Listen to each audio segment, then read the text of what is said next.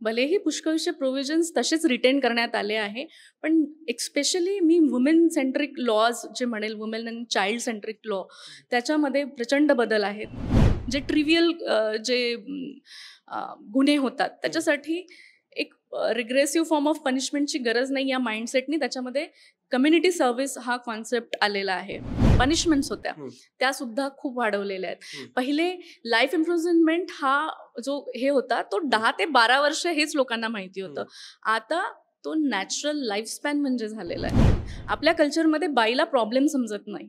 आपल्या कल्चरमध्ये बाईला नर्चरर, प्रोटेक्टर समजतात. जेव्हा की एखादी स्त्री विक्टिम कंप्लेंट घेऊन जाते आणि त्याचा FIR रजिस्टर होतो, त्या प्रोसेसमध्ये सबसिक्वेंटली जरी लक्षात आले की ही व्यक्ती याच्यामध्ये निष्पाप होती, तरी सुरुवातीला जे सफर होतात ते होतातच. जसं की झिरो FIR करता यायचा, म्हणजे सुप्रीम कोर्टच्या गाईडलाईन्स होते की तुम्ही स्त्री ज्या जागेवर आहे, व्हिक्टिम बाई, तिने आहे त्या अवेलेबल पोलीस स्टेशनमध्ये जाऊन FIR रजिस्टर करायचा आणि मग नंतर ती जिथे राहते किंवा गुन्हा जिथे घडला तिथल्या ज्युरिस्डिक्शनमध्ये त्या पोलीस स्टेशनमधून तो ट्रान्सफर होणार. त्याला आपण झिरो FIR म्हणायचो. तर ही एक सुप्रीम कोर्टची गाईडलाईन होती. याचा काही लॉ वगैरे नव्हता. पण आता त्यांनी सेक्शन पर्टिक्युलर तो इन्कल्केट केलेला आहे. तर मंडळी, आजच्या भागामध्ये आपण भारतीय न्याय संहिता जो नवीन कायदा म्हणजे जुनाच IPC कायदा नव्या रूपात 1 जुलैपासून लागू झालेला आहे त्याबद्दल डॉक्टर ॲडव्होकेट क्षितिजा वडदकर वानखेडे यांच्याशी गप्पा मारल्या आहेत. आणि महिला सुरक्षा, पुरुषांची सुरक्षा आणि महिलांविषयी जे गुन्हे घडतात त्याबद्दलची जी प्रावधानं आहेत त्याच्याबद्दल विस्ताराने आम्ही चर्चा केली आहे. सो हा एपिसोड शेवटपर्यंत नक्की बघा.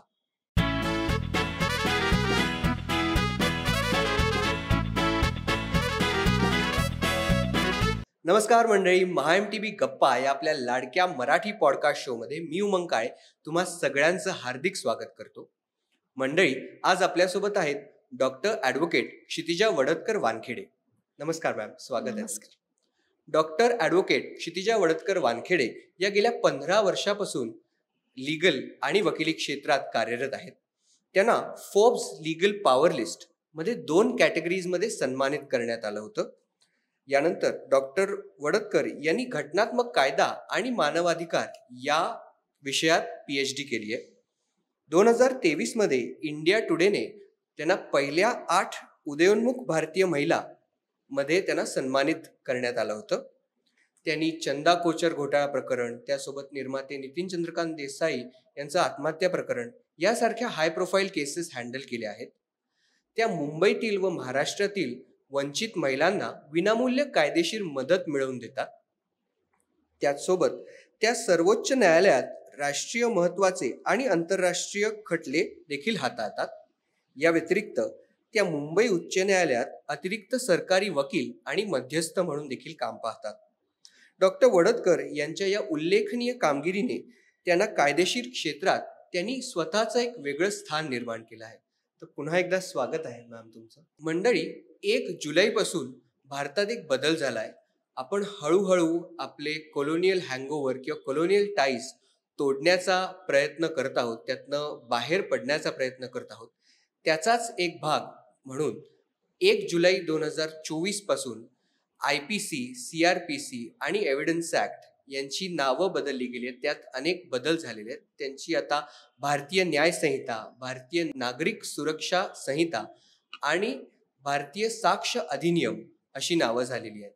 तर या ऍक्ट्समध्ये नेमके कोणते बदल झालेत आणि विशेषतः महिलांकरिता, महिलांच्या सुरक्षेकरिता यामध्ये कोणती प्रावधानं दिलेली आहेत याविषयी आपण आज मॅमशी गप्पा मारणार आहोत. त्यांच्या या विषयांवर आपण त्यांची मतं जाणून घेणार आहोत. तर स्वागत आहे मॅम तुमचं पुन्हा. धन्यवाद उमंगजी. सुरुवातीला मॅम, हे कायदे नवीन आहेत की नक्की काय झालंय? फक्त नाव बदललंय का काय बदललंय? नाही, लिटरली नावच बदललं नाही आहे. बऱ्याच गोष्टी बदलल्या आहेत.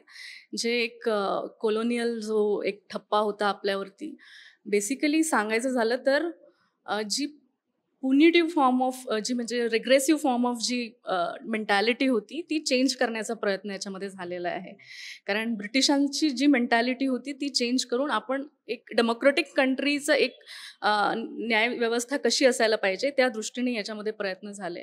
भलेही पुष्कळसे प्रोव्हिजन्स तसेच रिटेन करण्यात आले आहे, पण एक्स्पेशली मी वुमेन सेंट्रिक लॉज जे म्हणेल, women and child centric law, त्याच्यामध्ये प्रचंड बदल आहेत आणि रिफॉर्मेशन्स आहेत. आणि प्रत्येक याच्यात म्हणजे आज फर्स्ट टाइम आपल्याकडे असे लॉज आले आहेत ज्याच्यामध्ये की कम्युनिटी सर्व्हिस जे ट्रिव्हियल जे गुन्हे होतात त्याच्यासाठी एक रिग्रेसिव्ह फॉर्म ऑफ पनिशमेंटची गरज नाही या माइंडसेटनी त्याच्यामध्ये कम्युनिटी सर्व्हिस हा कॉन्सेप्ट आलेला आहे. आणि जे गुन्हे अतिशय सिरियस फॉर्मचे आहेत त्यांना अगदी ते होऊच नाही या दृष्टीने त्यांच्या शिक्षा पण वाढवण्यात आलेल्या आहेत.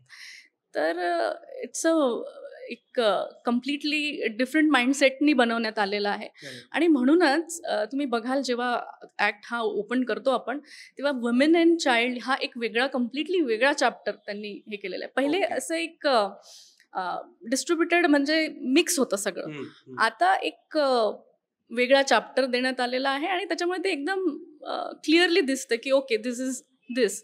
आणि सर्वात महत्त्वाचं म्हणजे ज्या पनिशमेंट्स होत्या त्या जसं जसं एज कमी होत जातं ते त्या पनिशमेंट्स वाढवलेल्या आहेत. 18 ते 12 वर्षाचे लहान म्हणजे पहिले मायनर ही टर्मिनॉलॉजी यूज करायचे, आता त्यांनी ती जेंडर न्यूट्रल केलेली आहे. ओके. तर चाइल्ड यूज करतात. मग चाइल्डमध्ये यावेळी first time after the passing of transgender act सुद्धा त्यांनी ट्रान्सजेंडरची डेफिनेशन सुद्धा आणलेली आहे. तर चाइल्डमध्ये हे तिघही येतील, गर्ल चाइल्ड, बॉय चाइल्ड आणि ट्रान्सजेंडर. ओके.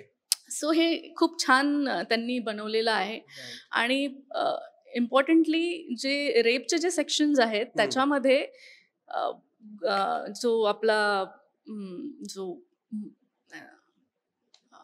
70 जो सेक्शन आहे त्याच्यामध्ये त्यांनी मर्डरची वगैरे प्रोव्हिजन ऍड केलेली आहे. सो प्रिव्हियसली काय व्हायचं की सुप्रीम कोर्ट गाईडलाईन्स द्यायची की असं याच्यामध्ये तुम्ही मर्डर हे करा किंवा याच्यामध्ये ही पनिशमेंट असायला पाहिजे होती, लेजिस्लेचरने हे केलं नाही. निर्भया झालं, निर्भयानंतर मग 2013 नंतर चेंजेस झाले. पण आता जे आहे एकदम कन्सॉलिडेटेड फॉर्म ऑफ हे झालेलं आहे म्हणजे चेंजेस.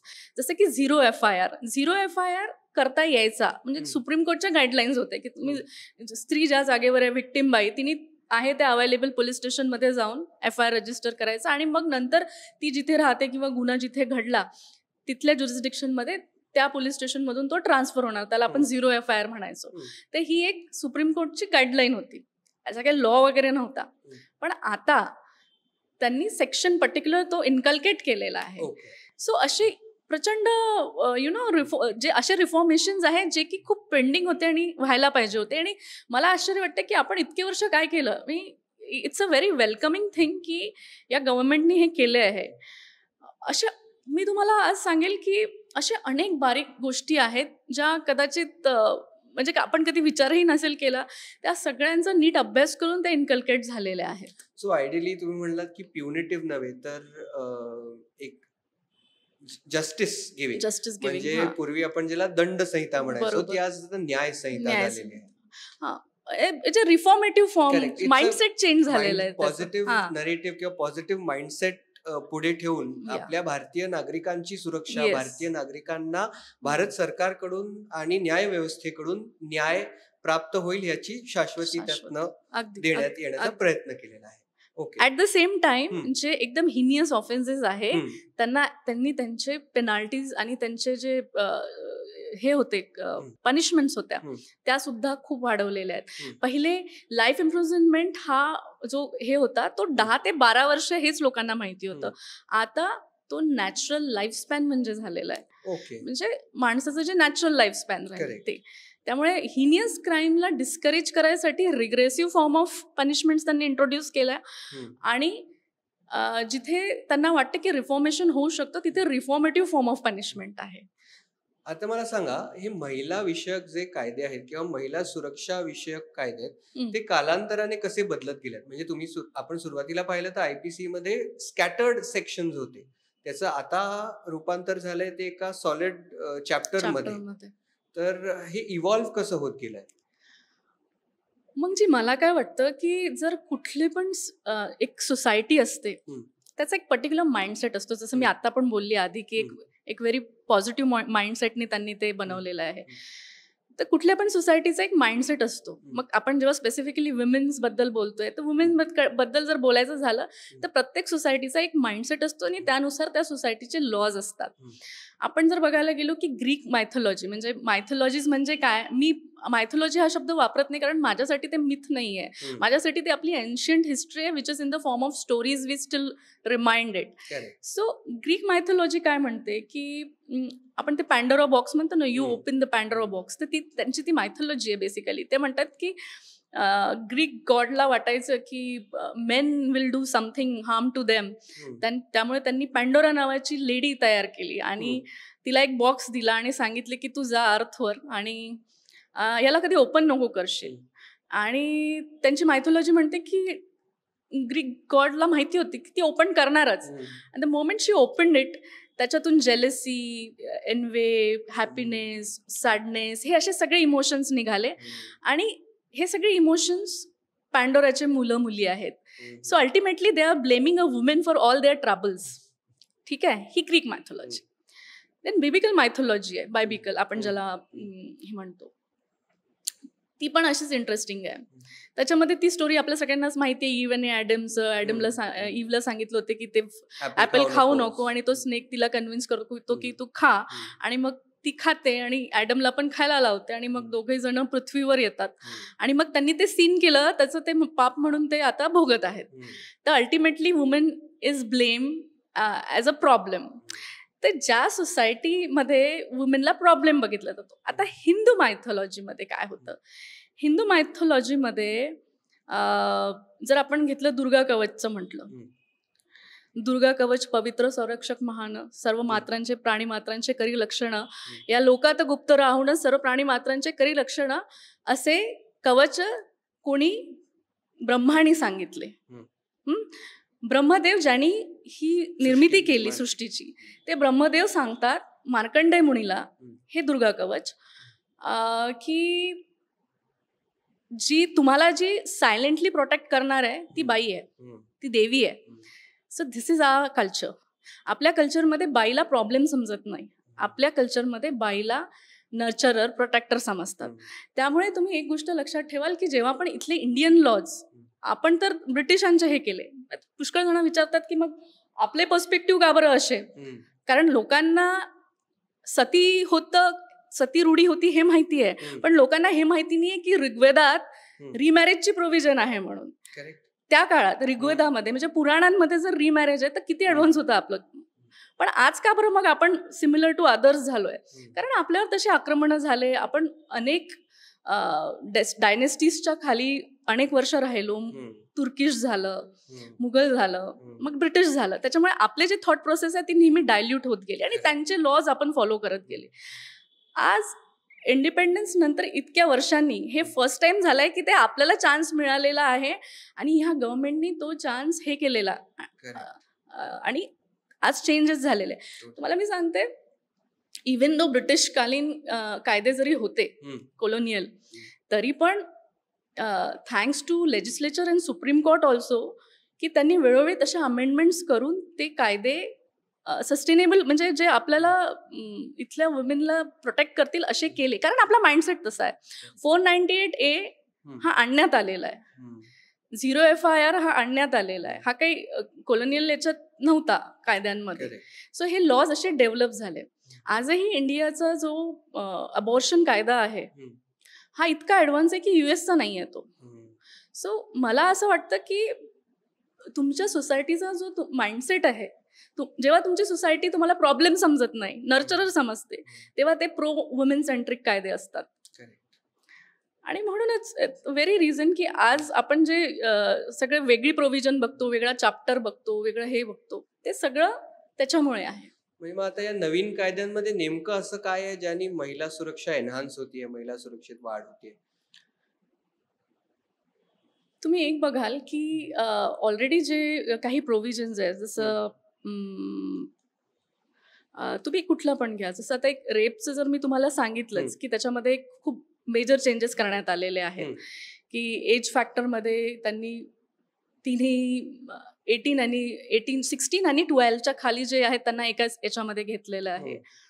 0 FIRचं मी तुम्हाला सांगितलंच. परत एक तिसरं नवीन त्यांनी हे केलेलं आहे की लग्नाचा आमिष देऊन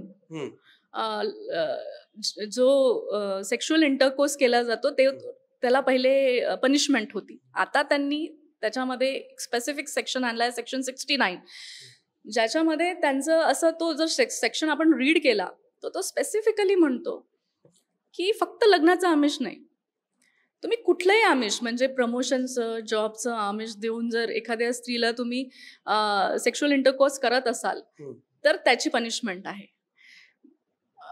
पण ह्याचा स्कोप आपण लक्षात घेतला पाहिजे की ही प्रोव्हिजन स्पेसिफिकली लिव्ह इन रिलेशनशिपसाठी बनवण्यात आली होती, कारण women is evolving, the society is evolving, आणि लिव्ह इन रिलेशनशिप ज्यामध्ये ज्या स्त्रिया असतात त्यांना काय प्रॉब्लेम्स होतो त्या दृष्टिकोनातून सेक्शन 69 अस्तित्वात आलेला. पण ह्याचा जसा फायदा आहे तसा जरा डिसएडव्हान्टेज पण आहे.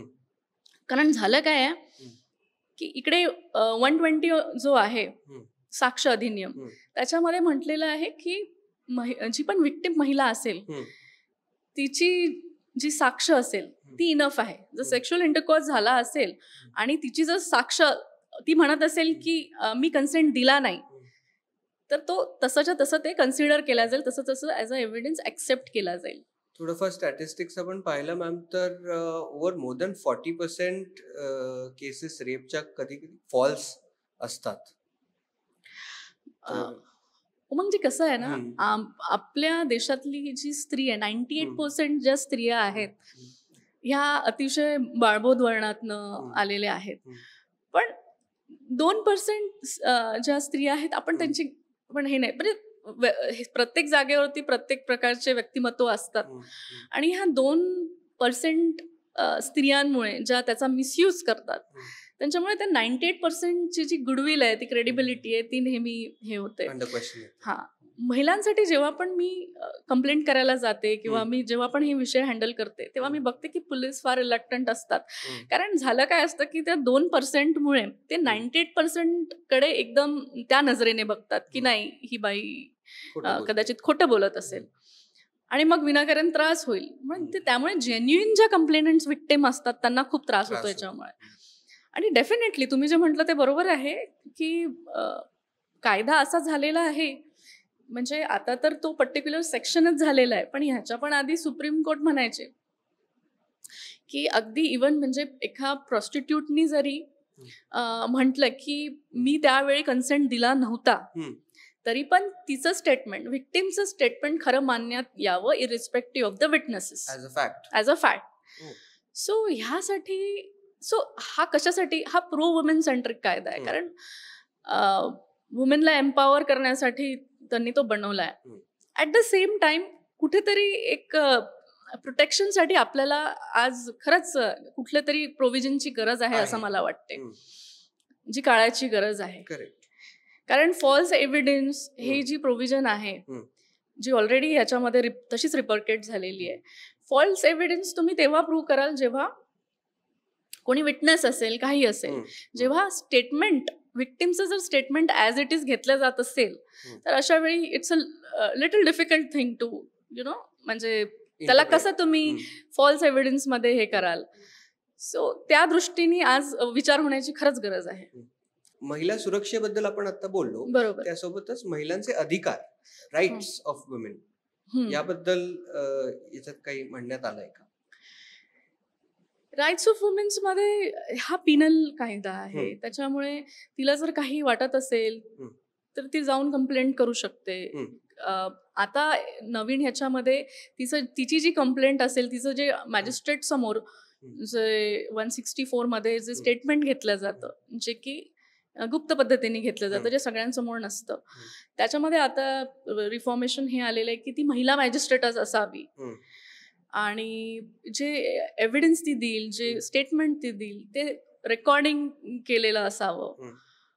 ते ही एक खूप पॉझिटिव्ह आस्पेक्ट आहे. परत दुसरा एक चेंज त्याच्यामध्ये झालेला आहे की पहिले इलेक्ट्रॉनिक एव्हिडन्सला तेवढं एक्सेप्टन्स नव्हता. सुप्रीम कोर्टचे असे जजमेंट्स होते ज्याच्यामध्ये म्हणायचे की नाही, तुमचं व्हॉट्सअप चॅट आहे त्याला आम्ही एव्हिडन्स कन्सिडर करत नाही. आणि आताच्या काळामध्ये मोस्टली 90% जे कम्युनिकेशन होतं रिटन फॉर्मॅटमध्ये ते व्हॉट्सअपवर करतात लोक. मग अशा वेळी जर व्हॉट्सअपचं कम्युनिकेशन तुम्ही ॲज अ एव्हिडन्स घेत नसाल तर तो एक खूप मोठा लूपहोल होता जो याच्यामध्ये कव्हर झालेला आहे. पण मग जर तो स्क्रीनशॉट असेल तर it can be doctored as well. कसं आहे त्याच्या मागे एव्हिडन्समध्ये पण मग तुम्हाला अंडर सर्टिफिकेट हे करून 65 ओके. बीचं सर्टिफिकेट हे करून करता येतं, तो विषय नाही. पण पहिले ते एव्हिडन्समध्ये घ्यायचेच नाही. नाही. हां. Right. आणि आता ते म्हणतात की it is a primary evidence, so that is a very welcoming fact. Yes. नाहीतर मग एखादी स्त्री प्रूव्ह कसं करणार की हे असं कम्युनिकेशन झालं किंवा आमचं असं रिलेशनशिप होतं. किंवा इव्हन तुम्ही पुरुषाकडून पण घ्या की एखादा पुरुष कसा एस्टॅब्लिश करणार की आमचं काही रिलेशनशिप नव्हतं किंवा आमचं वेगळ्या पद्धतीचं रिलेशनशिप होतं. तर ते व्हॉट्सअप चॅट्स ते सगळं आज एक्सेप्ट होणार आहे. So rape case is again a little bit extreme. There are a lot of cases pertaining to domestic violence and also sexual harassment. Yes. त्या दृष्टिकोनातनं या लॉज मध्ये काय प्रावधान आहे? सो आपलं जे डोमेस्टिक व्हायलन्सचं जे तुम्ही म्हटलं तो सेक्शन ॲज इट इज आलेला आहे. फक्त त्याला इलॅबोरेट केलेलं आहे, पण सेक्शन तो ॲज इट इजच आलेला आहे. त्याच्यामध्ये असं फारसं हे नाही आहे. त्याच्यामुळे 498A साठी जे आधीचे सुप्रीम कोर्टचे जे गाईडलाईन्स आहे, अर्निश कुमारचे झालं किंवा ललिता कुमारीचे झालं. ललिता कुमारी म्हणते की एखादी स्त्री जर कंप्लेंट घेऊन गेली तर ती तुम्हाला फाईल करणेच आहे. त्याला एक्सेप्शन 498A आहे. ते हे जो लॉ सेटल झालेला आहे तो ज्यांच्यामध्ये बदल नाही झालेला आहे त्यांना जसाच्या तसा लागू होईल. प्रश्न फक्त त्या लॉसचा आहे ज्यांच्यामध्ये बदल झालेले आहेत. त्याच्यासाठी आता एक नवीन हे तयार होईल, गाईडलाईन्स येतील असं वाटतंय. मॅम, अनेकदा असं होतं, हे महिलांच्या बाबतीत होतं, पुरुषांच्याही बाबतीत होतं. महिलांच्या बाबतीत काही प्रमाणात जास्ती होत असेल की काही गुन्हा घडलेला असतो किंवा काही घटना घडलेली असते आणि पोलीस FIR लिहून घेत नाहीत किंवा पोलीस FIR रेजिस्टर करून घेत नाहीत. तर अशा वेळेला काय लिगल रेमेडीज आहेत किंवा काय केलं पाहिजे आणि या भारतीय न्याय संहितेत त्याच्यावरती काही उपाय आहे का? ऑफकोर्स आहेत. तसं लॉमध्येच हे प्रोव्हिजन्स आहेत की समजा पोलीस तुमचा FIR घेत नसेल किंवा तुमची कंप्लेंट घेत नसेल, मग कंप्लेंटचं कन्व्हर्शन नंतर FIR मध्ये होत असतं. तर जेव्हा एक महिला कंप्लेंट करत असेल तर तिला सुप्रीम कोर्टचे ते जजमेंट्स आहे त्यामुळे ललिता कुमारीनुसार त्यांना घ्यावंच लागतं. पण तरी पण घेत नसेल किंवा आपण एखादं असं समजू की स्त्री नाही आहे कंप्लेंटंट, पुरुष आहे आणि त्यांची घेत नसेल तर 156(3) खाली मॅजिस्ट्रेटकडे पण ते कंप्लेंट करू शकतात. आणि मॅजिस्ट्रेट जर कन्व्हिन्स झाले तर ते पोलिसांना डिरेक्ट करतात की तुम्ही याच्यामध्ये FIR रजिस्टर करा किंवा याच्यामध्ये प्रॉपरली इन्व्हेस्टिगेट करा. आणि रेमेडी इतकी चांगली आहे की त्याच्यामध्ये मॅजिस्ट्रेट हे अंडर हिज सुपरविजन सुद्धा पोलिसांना इन्व्हेस्टिगेट करायला लावू शकतात. म्हणजे त्यांचं त्याच्यावरती लक्ष असतं. कारण सामान्य माणसांना किंवा सामान्य व्यक्तींना हा प्रॉब्लेम अनेकदा येऊ शकतो की पोलीस कंप्लेंट करायला गेलो पण पोलीस FIRच लिहून घेत नाही. आणि खरं सांगायचं तर हे सुप्रीम कोर्टच्या गाईडलाईन्स आहेत, त्यांनी करून घ्यायला पाहिजे असतात, पण ते अनेकदा होत नाही. प्रॅक्टिकली आम्ही पण डे टू डे लाईफमध्ये हे बघतो की ते प्रॅक्टिकली फॉलो होत नाही. मग आम्ही 156(3) खाली जातो किंवा देयर इज अनदर प्रोव्हिजन की प्रायव्हेट कंप्लेंट पण करता येते. 200 आणि 202 अशा प्रिव्हियस ऍक्ट मधल्या प्रोव्हिजन्स होत्या ज्या याच्यामध्ये जशाच्या तशा घेण्यात आलेल्या आहे नवीन कायद्यामध्ये. आणि तुम्ही त्याच्यामध्ये करू शकता. त्याच्यामध्ये मग मॅजिस्ट्रेट समन्स इश्यू करतो आणि मग हे होतं. पण त्याच्यामध्ये FIR होत नाही. 156(3) खाली मॅजिस्ट्रेट FIR साठी डिरेक्शन्स देऊ शकतात.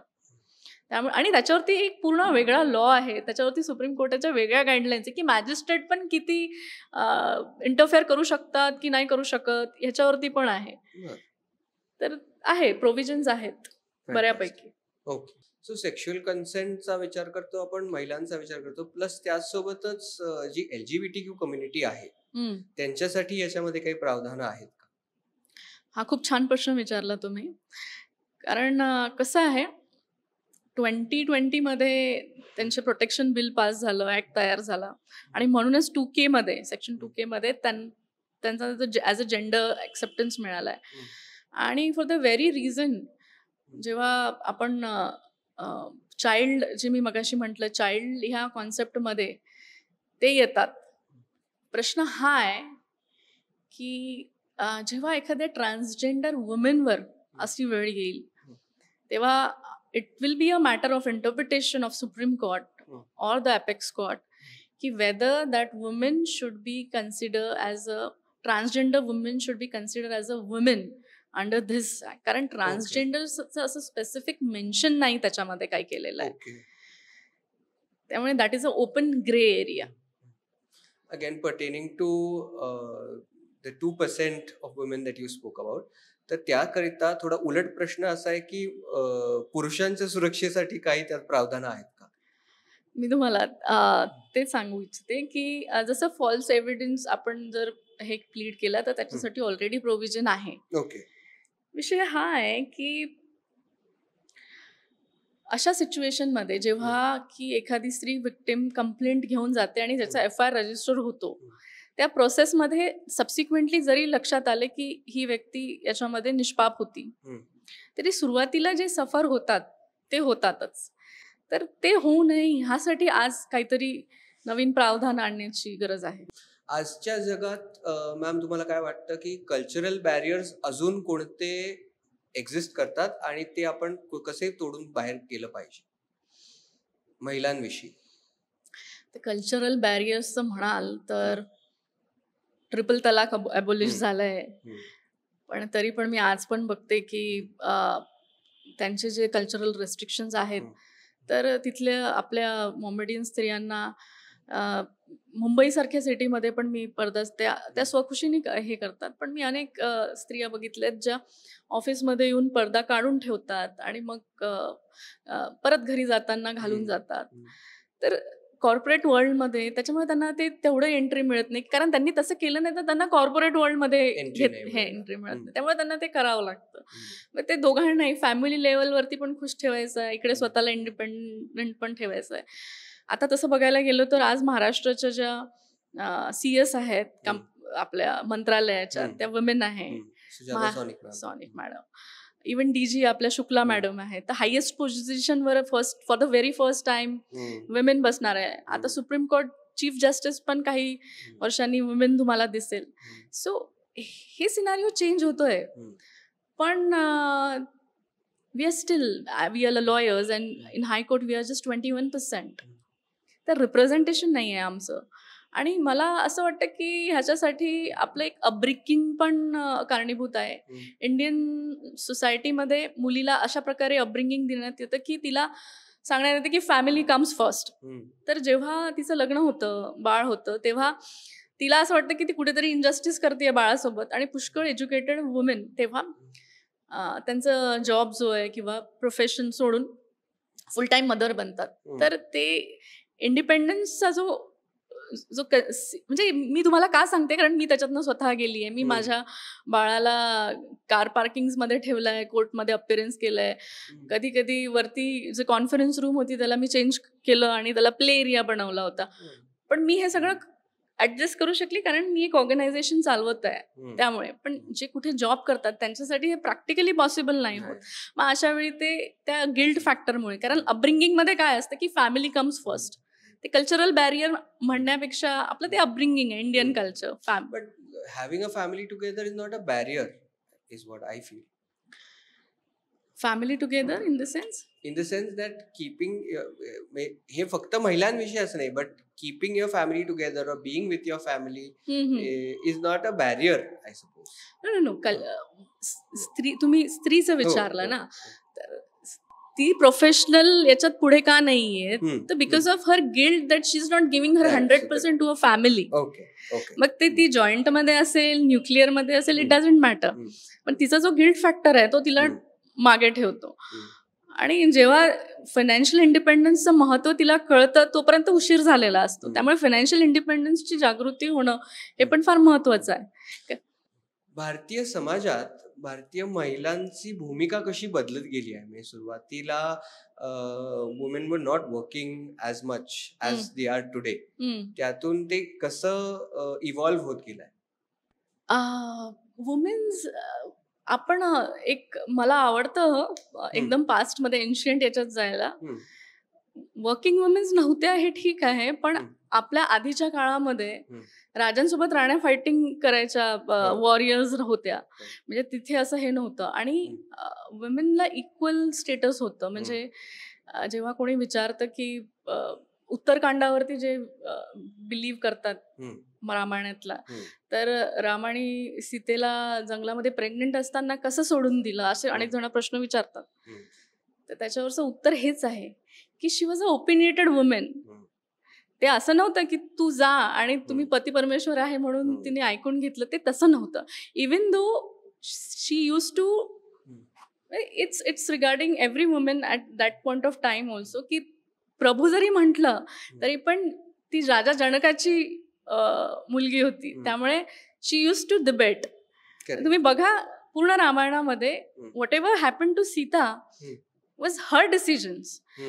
वनवासात येणं हे तिचं डिसिजन होतं, लक्ष्मण रेखा लांगणं हे तिचं डिसिजन होतं.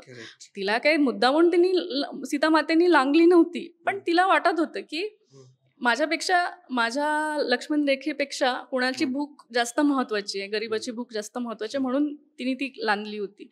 आणि नंतर पण जेव्हा रामाला लोकांनी म्हटले की आम्हाला आमच्या राणीवर विश्वास नाही आहे, तर मग तिथे डेमोक्रेसी होती ना, रामराज्य होतं ते, तर रामाला ऑप्शन नव्हतं. आणि श्रीरामांना असं वाटलं की नाही, ही ऐकणार नाही, ही डिबेट करेल, म्हणून त्यांनी लक्ष्मणांना सांगितले की त्यांना आंघोळीला जायचंय, तुम्ही त्यांना तिथेच सोडून या.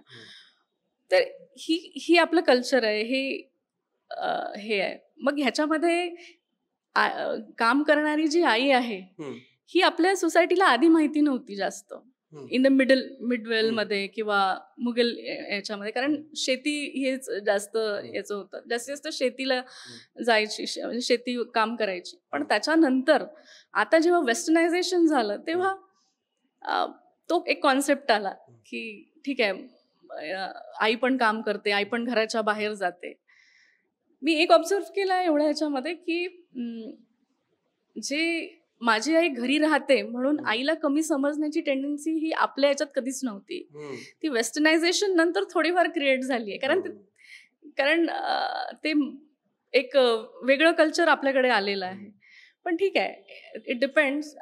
घराचा सांभाळ करणं, फॅमिलीला पूर्णतः एकत्र जोडून ठेवणं हा सुद्धा एक फुल टाइम जॉब आहे. आणि इट इज त्याला काही कॉम्पेन्सेशन पण नसतं आणि त्याला कन्सिडर पण केलं नाही जात. त्यामुळे it's a tough duty, I say. पण मग आता प्रगत समाजाकडे आपण जेव्हा बघतो तेव्हा वेगवेगळ्या क्षेत्रांमध्ये, जसं मीडिया असेल, न्याय क्षेत्र असेल, सरकारी नोकऱ्या असतील, त्यामध्ये महिलांचं रिप्रेझेंटेशन किती महत्वाचं आहे? डेफिनेटली महिलांचं रिप्रेझेंटेशन महत्वाचं आहे. तुम्ही बघाल नेपाळ झालं, बांगलादेश झालं, पाकिस्तान झालं, त्यांचं पॉलिटिकल रिप्रेझेंटेशन इज अबाउट 20%. आणि इंडिया, ज्याला आपण ऑन द वर्ज ऑफ डेव्हलप कंट्री म्हणतो, 50s पर्यंत आपण डेव्हलप होऊन जाऊ, त्याचं रिप्रेझेंटेशन ओन्ली 12% आहे. So this is a mockery of India की वुमेन रिप्रेझेंटेशन पॉलिटिक्स मध्ये आहेच नाही. 12% इज नथिंग. आणि for the very reason 33% reservation, जे इतक्या वर्षाचं जे बिल पेंडिंग होतं ते मोदीजींनी त्याच्याचमुळे पास केलं. आता डिलिमिटेशनला वेळ लागेल, ते 20 नेक्स्ट याच्यापर्यंत येईल नाही येईल, पण ही स्टेप होणं फार महत्वाचं होतं. कारण आय पर्सनली बिलीव्ह, जी मार्गरेट थॅचरनी म्हटलं होतं की if you want to say something, call to a man, and if you want to get done और do something, then call a women. कारण women has a different set of strengths than a men. आणि त्या जर आल्या तर definitely it will they have different perspectives. आणि त्यांचं representation, they are even they are at 48-49% of the population. त्यांचं representation जर 12 आहे, तर apart from being only representing as a women, त्यांचे काय रिअल प्रॉब्लेम्स आहेत त्यांचे.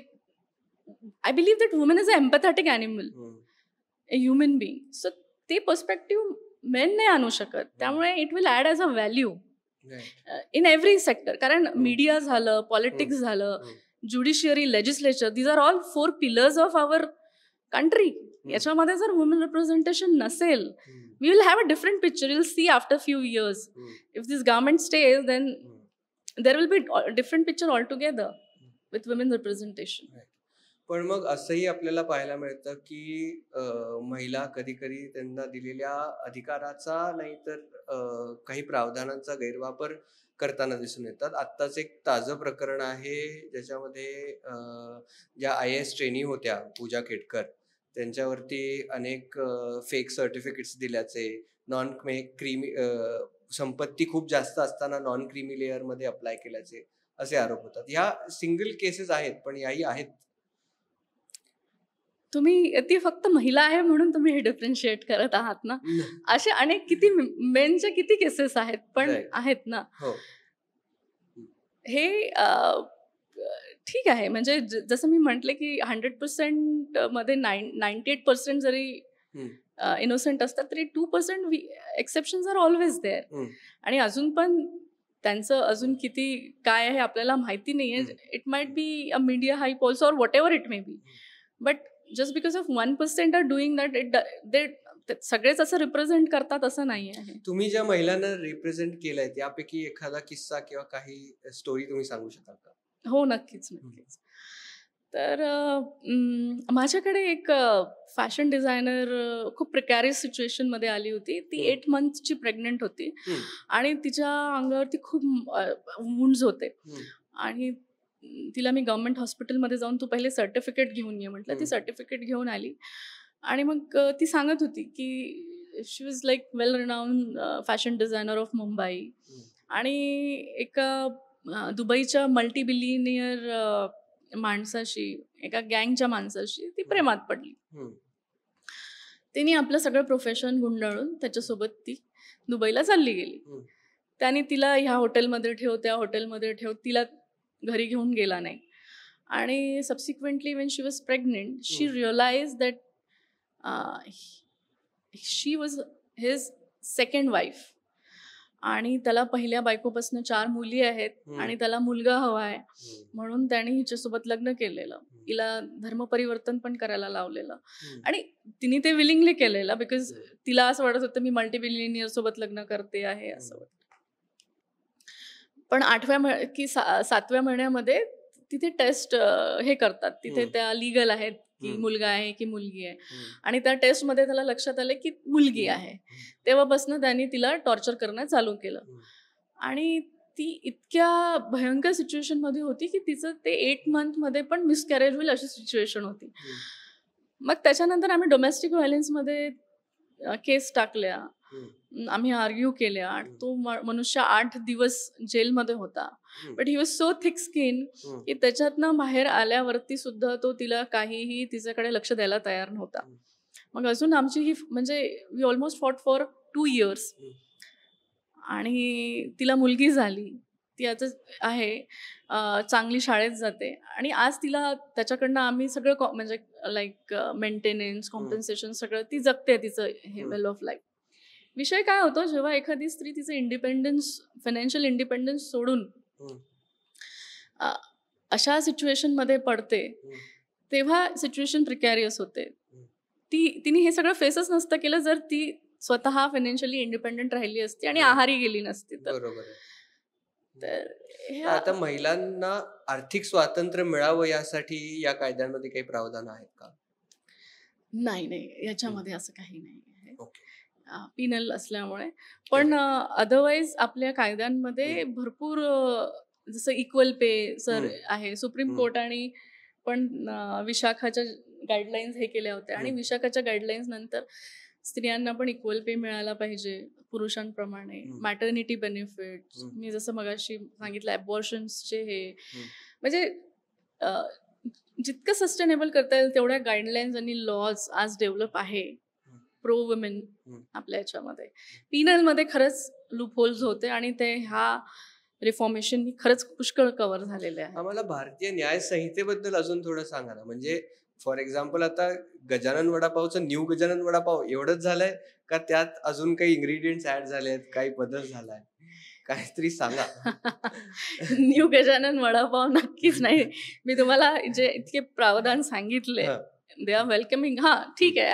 As a men you might feel that we are discriminated because they are pro women जास्त आहेत. पण एक गोष्ट लक्षात घेतली पाहिजे की इंडियामध्ये ज्या प्रकारच्या केसेस होतात आहे, म्हणजे ते निर्भयापासून ते लक्षात आलेलं आहे किंवा निर्भयापासून ते जरा जास्त मीडियामध्ये झालं आहे. पण ज्या प्रकारच्या केसेस आहेत त्यासाठी असे लॉज असणं ही काळाची गरज होती. पनिशमेंट एनहान्स होणं ही काळाची गरज होती आणि ते झालं आहे. मला फक्त एकच हे वाटतं की प्रॅक्टिकल लाईफमध्ये जेव्हा एखादी स्त्री irrespective of what is there in the books of law, practical लाईफमध्ये जेव्हा एखादी विक्टिम पोलिसांकडे जाते तेव्हा तिला त्रास नको व्हायला आता. कारण अनेक वेळा आम्हाला जाऊन सांगावं लागायचं, अहो सर ते सुप्रीम कोर्टाच्या गाईडलाईन्स आहे. आता मुळात सेक्शनच ते असल्यामुळे बेटर रिझल्ट्स येतील ही अशी अपेक्षा आहे आमची. भारतीय न्यायसंहितेत आता आपण सेक्शुअल हॅरॅसमेंट बद्दल बोललो, रेप केसेस बद्दल बोललो किंवा डोमेस्टिक व्हायलन्स बद्दल बोललो, त्यासोबतच डिवोर्स अँड सेटलमेंट साठी काय लावतात? कारण बरेच असे केसेस असतात ज्याच्यामध्ये डिवोर्स, लग्न केलं जातं, त्याच्यानंतर काही कारणांनी डिवोर्स फाईल केला जातो आणि पोटगी मागितली जाते. ती बहुतांश वेळेला रास्त असते, पण काही वेळेला ती रास्त नसते सुद्धा. तर तुमचे त्याबद्दलचे काही अनुभव आहेत का आणि तुम्हाला त्याच्याबद्दल काय वाटतं? खूप छान प्रश्न विचारलाय तुम्ही. भारतीय न्यायसंहितेत त्याच्यामध्ये काय प्रावधान, काय बदल करण्यात आले? जसं आहे की 498A मध्ये तसं चेंजेस ॲज सच काही नाही आहे. पण तुम्ही जे म्हटलं ते अगदी बरोबर आहे की त्याला कारणीभूत पुष्कळदा आमचे काही वकील मंडळी पण असतात की जर असं लक्षात आलं की ॲफिडेव्हिट ज्या आपल्या DVच्या केस किंवा फॅमिली कोर्टमध्ये जेव्हा डिवोर्स केसेस चालतात तेव्हा त्याच्यामध्ये दोन्ही पक्षांनी आपापले ॲफिडेव्हिट, इन्कम ॲफिडेव्हिट सबमिट करायचे असतात. बरेच वेळा म्हणजे मी तुम्हाला जी ही दुबईची केस सांगितली होती, हा मल्टीमिलियनियर माणूस, हा 2-2 करोडची एक घड्याळ 2-2 हातांमध्ये घालणारा आणि 50 करोडच्या गाड्या अशा त्याच्याकडे 25 गाड्या असणारा माणूस, आणि त्याचं ॲफिडेव्हिट कितीचं फाईल करावं कोर्टामध्ये, तर मला 3 लाख महिना मिळतो. आणि त्याला खोटं प्रूव्ह करायला हिच्याकडे काहीच नाही, कारण ही त्याच्या घरी कधीच राहिली नाही. त्याच्यामुळे त्याचे डॉक्युमेंट्स, त्याचं फायनान्शियल स्टेटमेंट हिच्याकडे काहीच नाही. मग आता 3 लाखावरती कुठले मॅजिस्ट्रेट किंवा कुठले जज काय पोटगी देणार तिला? तर त्यांनी एक 70,000ची दिली आहे. पण माझं म्हणणं हे आहे, सुप्रीम कोर्ट काय म्हणतं? सुप्रीम कोर्ट म्हणते की तुम्ही तुमच्या बायकोला ज्या स्टँडर्ड ऑफ लिव्हिंगनी ठेवत होते त्या स्टँडर्ड ऑफ लिव्हिंगनी तुम्हाला डिवोर्स नंतर ठेवावं लागेल. पण हे अशा सिच्युएशनमध्ये शक्य होत नाही. तुम्ही म्हणाल परत वुमेन सेंट्रिक बोलते, प्रो वुमेन बोलते, नाही तर प्रॉब्लेम्स दोन्ही साईडनी सांगते. तर अशा सिच्युएशनमध्ये मग तिला ऑलरेडी त्रास झालाच होता. 498A ची कंप्लेंट होतीच तिची, पण ही व्यक्ती गुंड प्रवृत्तीची असल्यामुळे ती तेवढं कॉम्प्रोमाइज करायला आलेली नाही.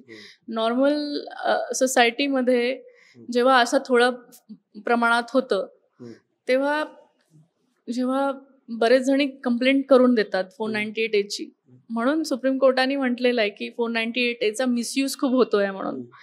आणि it is not a settlement section की तुम्ही याल आणि 498A क्वॅश कराल आणि इकडे मग मोठं सेटलमेंट घ्याल. पण that is practically that is happening.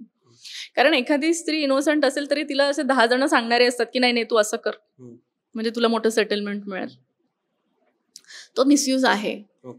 आणि म्हणूनच मग अर्नेश कुमारचं जजमेंट आलं होतं सुप्रीम कोर्टाचं, ज्याच्यामध्ये ज्या सासू सासऱ्यांशी महिन्यातनं एकदा एखादी स्त्री बोलते, ज्या नंदेशी ती वर्षातनं एकदा बोलते, त्यांचं सुद्धा नाव ती 498A च्या कंप्लेंटमध्ये टाकायची आणि त्यांना पोलीस अरेस्ट करायची. त्याच्यामुळे सुप्रीम कोर्टनी नंतर अर्नेश कुमारमध्ये असं हे केलं की 498A ची जर केस असेल आणि तुम्हाला जर प्रायमरी एव्हिडन्स नसेल तर तुम्ही कोणाला अरेस्ट नाही करायचं. तर त्याला ते एक्सेप्शन्स देण्यात आले होते आणि हे एक्सेप्शनच आहेत ज्याच्यामुळे की आज त्या 498A चा मिसयूज होत नाहीये.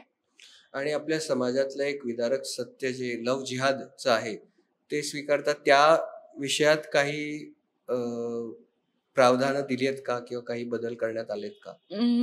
नाही, माझ्या मते तर नाही. हं. अ, पण मला असं वैयक्तिकरित्या वाटतं, की हं. आजची जी स्त्री आहे ही हं. फार इंडिपेंडेंट थॉट प्रोसेसची आहे, हं. शिकलेली आहे हं. आणि त्यामुळे असं काही करायच्या आधी हं. ती कुठल्यातरी एखाद्या विचारानेच ती असं काही करत असेल असं मला वाटतं. जसं अ, आता जे मी तुम्हाला दुबईच्या जे फॅशन डिझायनरचं सांगितलं, हं. तिला खूप पैसा दिसला, हं. त्यामुळे तिने ते केलं. म्हणजे आताची स्त्री काही अबला राहिलेली नाही, हं. की ती असे डिसिजन्स घेईल. त्यामुळे हां, आता इनोसेन्स हा एक वेगळा भाग आहे. हं. पण सोसायटीमध्ये काय होतंय ते तेवढा जागरूक असण्यास काळाची गरज आहे. आता महिला सबलीकरण याचा जेव्हा आपण विचार करतो, वुमेन एम्पॉवरमेंट, तेव्हा भारतीय अशा कोणत्या महिला तुम्हाला वाटतात ज्या रोल मॉडेल आहेत? एक तर तुम्ही स्वतः आहात, बिकॉज आय एम टॉकिंग नाही, टू नाही. माझा फोक्स फक्त she is a legal power house.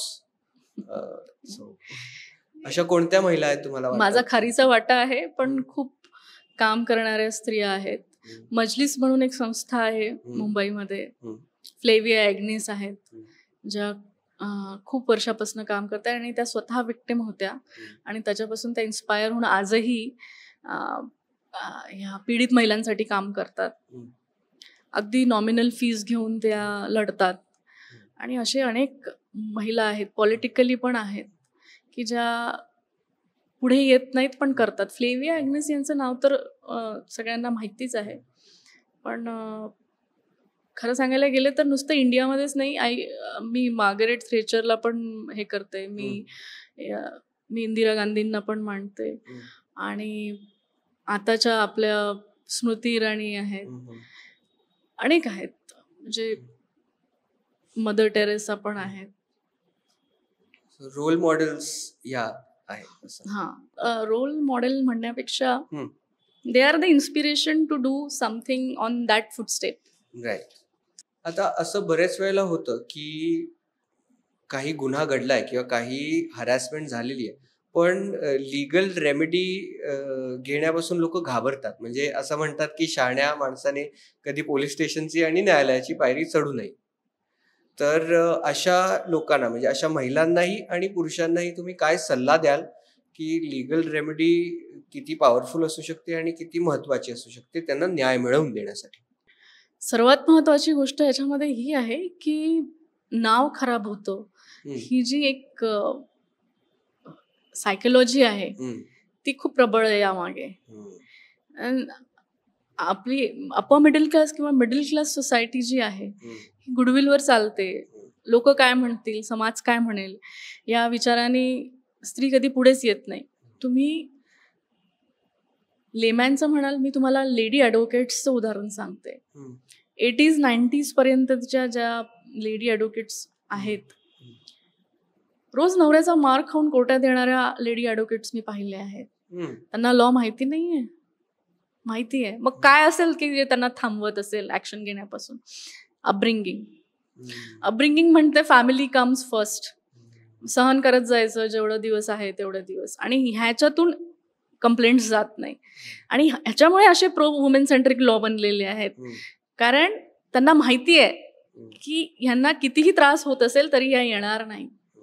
त्यांच्यासाठी हे लॉ बनलेले आहेत, पण मिसयूज ते 2% करतात आहे.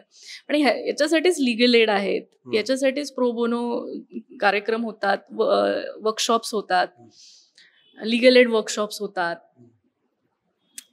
आणि लॉज आहे, म्हणजे मान्य आहे मला की पोलीस बिलीव्ह नाही करत, स्टार्टिंगला हे करतात.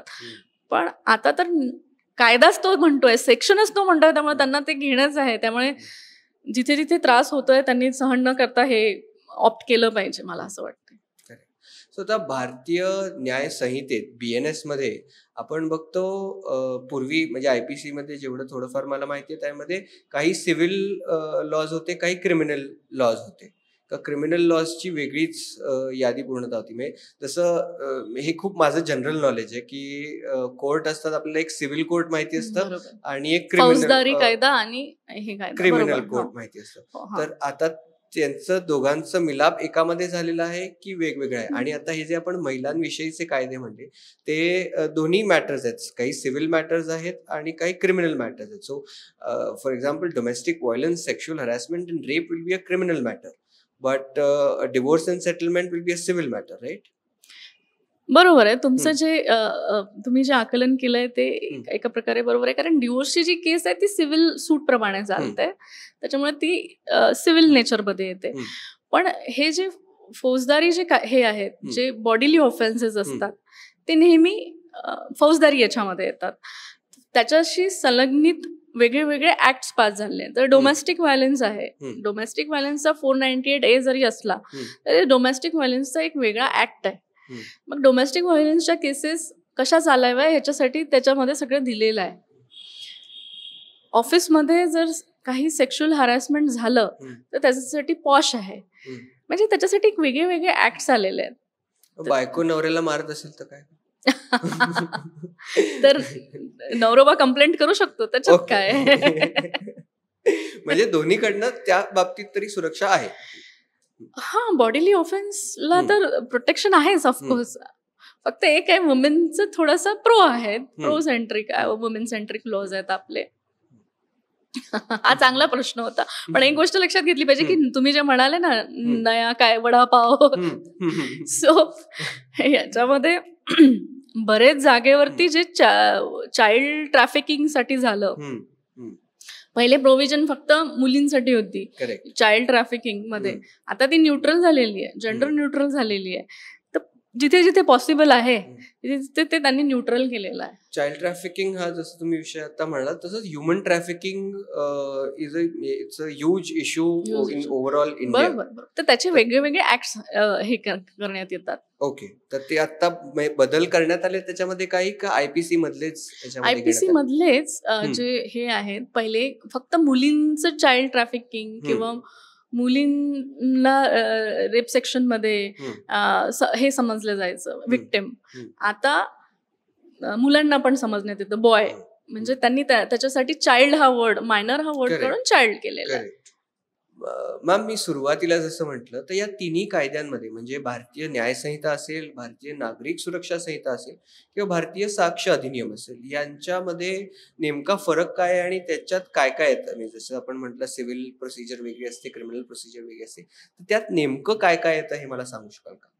सो एखादा गुन्हा जेव्हा घडतो, तर गुन्हा घडला, आपण मी तुम्हाला उदाहरण आणि सांगते म्हणजे एकदम हे होईल की तुम्ही कोणाला मारलं तर तुमचा जो गुन्हा दाखल होईल हा आपला जो जुना आयपीसी आपण ज्याला म्हणतो त्याच्यात होईल, आणि नवीन याच्यात भारतीय न्यायसंहिता याच्यात त्या अंडर सेक्शन तुमचा तो गुन्हा दाखल होईल. म्हणजे आता ज्या केसेस चालू आहेत त्या आयपीसी नुसारच चालू राहतील.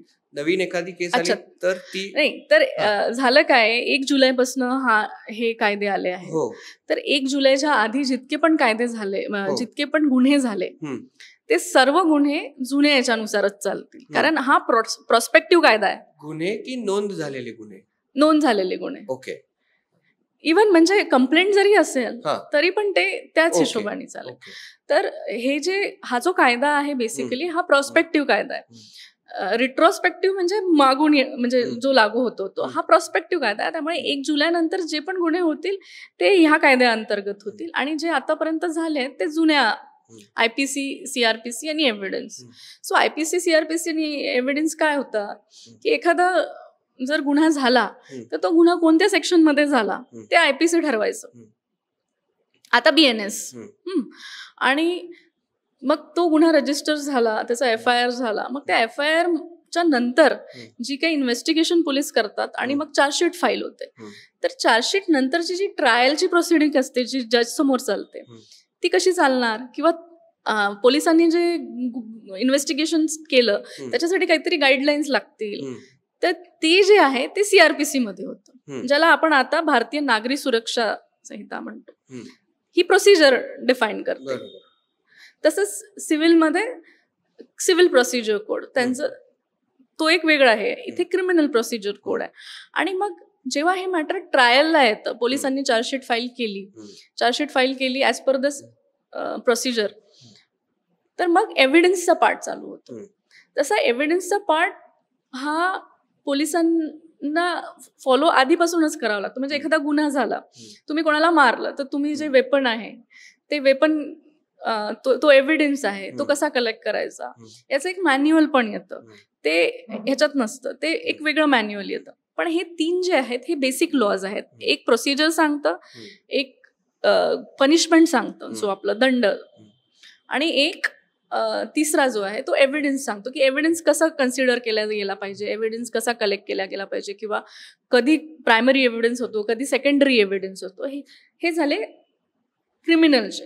असं सिमिलर सिव्हिलमध्ये आहे. ओनली थिंग इज की एव्हिडन्स लॉ जो आहे, म्हणजे साक्ष अधिनियम, हा कॉमन आहे दोघांसाठी. बाकी प्रोसिजर्स आणि हे वेगळे वेगळे आहेत. ओके. आणि आता जे हॉट टॉपिक्स राहिलेले आहेत गेल्या काही दिवसांमध्ये, ते म्हणजे एक तर ड्रिंक अँड ड्राईव्ह आणि दुसरं आहे हिट अँड रन. तर या गुन्ह्यांसाठी काही स्पेसिफिक कायदे आहेत का, आणि नसतील तर ते करण्याची गरज खरंच आहे? अगदी अगदी. त्याच्यामध्ये आता सध्याच्या रिफॉर्मेशन मध्ये हे आलेलं आहे की जर तुम्ही हिट अँड रन केल्यानंतर जर थांबले नाही आणि पळून गेले, तर नेग्लिजन्सची जी पनिशमेंट आहे ती खूप एनहान्स करून टाकली आहे. ओके. त्यामुळे ते एक खूप वेलकमिंग रिफॉर्मेशन आहे. कारण आपण महिला सुरक्षेबद्दल बोलतो आहे, बरोबर. त्यात या दोन्ही केसेस झाल्या. म्हणजे पुण्यात देखील 2 स्टुडंट्स गेले, त्यातील एक महिला होती. वरळीत ही जी केस झाली त्याच्यामध्ये एका महिलेचा मृत्यू झाला. तर ह्या ज्या अशा केसेस आहेत, हिट अँड रन असेल किंवा नेग्लिजन्सच्या cases, drink and drive and hit and run, याच्यामध्ये पनिशमेंट आपण एनहान्स केली आहे. ओके. आणि ऍक्ट कन्सिडर केली गेली आहे की तुम्ही जर त्या व्यक्तीला प्रॉपर ट्रीटमेंट न करता निघून गेले, तर ती खूप मोठी पनिशमेंट ठेवली आहे त्यांनी, 10 years and above, म्हणजे जी की आधी फार नॉमिनल होती. ओके. सो आहे अशा पुष्कळ गोष्टी त्यांनी कव्हर केलेल्या आहेत. नेग्लिजन्स म्हणजे जी मॉरल रिस्पॉन्सिबिलिटी होती ती वाढवली आहे. पण जुवेनाईलसाठी जो लॉ आहे तो नेहमीच डिस्कशनचा विषय राहिलेला आहे. कारण मेड बी निर्भया और मेड बी धिस केसेस, याच्यामध्ये आपण जे पुण्याची पण केस बघितली, याच्यात नेग्लिजन्स किती पण असला तरी ॲज पर द ओल्ड हे मॅक्सिमम 3 years ची पनिशमेंट असतं जुवेनाईलला, इवन दो त्यांना. त्याच्यामध्ये अशी प्रोव्हिजन असू शकेल ना काहीतरी की नाव that person is yet ought to be 18 within 3 months, आणि मग he should be treated as an adult. तरी पण लॉ म्हणतो की not more than 3 years. Okay. तो एक हे आहे. Even in case of murder or even in case of death of that person, yes, victim. Yes. Okay. तो निर्भयामध्ये काय झालं होतं, तो जो राम नावाचा जो जुवेनाईल होता, आता तो बाहेर आहे 3 वर्षानंतर. So those are certain kind of things which we also can't say anything like yeah juvenile आहे तर आहे. तर मॅम, तुम्ही मगाशी जे म्हणलात की लग्नाचं आमिष दाखवून या सेक्शुअल काही एंगेजमेंट झाली किंवा हॅरॅसमेंट झाली तर त्याविषयी काही लॉज आहेत. पण अशाही काही सिच्युएशन्स असू शकतात ज्याच्यामध्ये मुलगा मुलगी दोघंही प्रेमात आहेत, पण काही फॅमिली कारणांमुळे किंवा काही आर्थिक परिस्थितीमुळे असेल किंवा परदेशी शिक्षणामुळे असेल, अन्य कोणत्याही इतर कारणामुळे असेल की त्यांचं लग्न होणं शक्य नाहीये, आणि अशा वेळेला जर त्या मुलीनी या सेक्शन अंडर केस टाकली तर ते किती प्रॉब्लेमॅटिक होऊ शकतं? नक्कीच प्रॉब्लेमॅटिक होऊ शकतं. कारण आता जो सेक्शन आहे तो क्लिअरली म्हणतो की if sexual intercourse happen by the deceitful means, आता डिसेक्टफुल मीन्स आहे की नाही हे कोण ठरवणार? ही विक्टिम सांगणार. आणि जेव्हा पहिले कसं होतं, फक्त मॅरेजसाठी ही प्रोव्हिजन होती की लग्नाचा आमिष दाखवून असं होतं. आता काय झालेलं आहे, आता नुसतं लग्नच राहिलेलं नाही, इवन प्रमोशनचं आमिष, जॉबचं आमिष. तर अशा सिच्युएशनमध्ये जे जे लोक येतात ते सगळे ह्याच याच्यात पडू शकतात. आणि this is a kind of not, I'll not say loophole, but this is a very precarious situation for a man. की जर अशी सिच्युएशन आली तर त्यांच्या अगेन्स्ट गुन्हा दाखल होऊ शकतो. मग तो प्रूव्ह होणं न होणं ती नंतरची गोष्ट आहे, पण स्टार्टिंगला जे सफर होतात ते सफर होतील, गुन्हा दाखल होऊन कारवाई तर कारवाई होईल. आणि मग नंतर एव्हिडन्स पार्ट त्याच्यात नाही सापडलं काही की मग ते नंतरच्या गोष्टी वेगळ्या आहेत. पण जे थोडं सफरन्स आहे, पहिले कसं होतं की तुम्ही कुठल्या अथॉरिटीच्या तुमच्या अंडर काम करणारे जे लोक म्हणजे स्त्रिया आहेत त्या कंप्लेंट करू शकायच्या. पण आता ती जर प्रोव्हिजन आपण वाचली 69ची, त्याच्यामध्ये ते कॉमा देऊन त्यांनी केलेलं आहे की प्रमोशन, किंवा मग उद्या येऊन कुठली पण स्त्री येऊन म्हणू शकते की नाही तुम्ही मला प्रमोशन हे केलं होतं, मी आता कंप्लेंट करते. म्हणजे याचा मिसयूज होऊ शकतो. त्यामुळे ह्याच्यासाठी काहीतरी प्रिकॉशनरी मेजर्स येणं, गाईडलाईन्स येणं किंवा अमेंडमेंट होणं पण गरजेचं आहे असं मला वाटतं. तर थँक्यू सो मच मॅम, तुम्ही आलात आणि तुम्ही खूप छान आम्हाला माहिती दिली भारतीय न्याय संहितेबद्दल.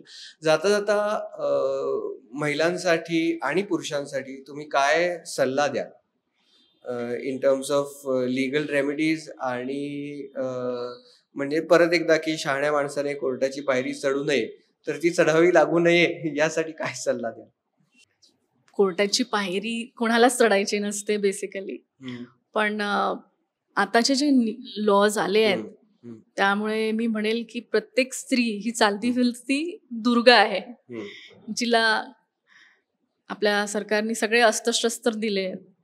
तर मी सगळ्या मनुष्यगणांना एवढंच म्हणेल की जरा जपून राहा, सांभाळून राहा. कारण 98% आपल्या ज्या माता बहिणी आहेत त्या अशा तर यूज करणार नाही, बट 2% आपण गॅरंटी घेऊ शकत नाही. त्यामुळे ह्या समाजात, भारतीय समाजात जगत असताना जर खूपच सिरियस असाल, खूपच हे असाल, तर तुम्हाला सगळ्या गोष्टींची, लॉसची काळजी विचारात घेऊनच पुढे चालायचं आहे. कारण ज्या प्रकारचे लॉज आज आहे ते ऑफकोर्स महिलांसाठी तर फारच छान आहेत, पण पुरुषांसाठी कुठेतरी एक डिस्क्रिमिनेटरी वाटतात.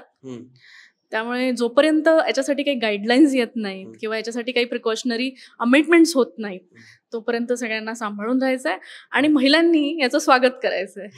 नक्कीच. खूप खूप धन्यवाद. तर या होत्या डॉक्टर ॲडव्होकेट क्षितिजा वडदकर वानखेडे, आणि त्यांनी आपल्याला महिला विषयक कायदे आणि भारतीय न्याय संहितेमध्ये म्हणजे IPC मधून भारतीय न्याय संहितेत जाताना या भारतीय न्याय संहितेमध्ये काय काय बदल झालेत आणि महिलांची सुरक्षा असेल, महिलांविरोधी घडणारे गुन्हे आहेत त्याबद्दलची काय वेगवेगळी प्रावधानं आहेत आणि त्याबद्दल इतर सगळी माहिती त्यांनी दिली. तर तुम्हाला हा एपिसोड कसा वाटला हे मला कॉमेंट्समध्ये नक्की सांगा, आणि पुढच्या एपिसोडमध्ये तुम्हाला काय ऐकायला आवडेल हे मला नक्की कळवा. धन्यवाद. आणि MHA MTVला सबस्क्राईब करायला विसरू नका. धन्यवाद.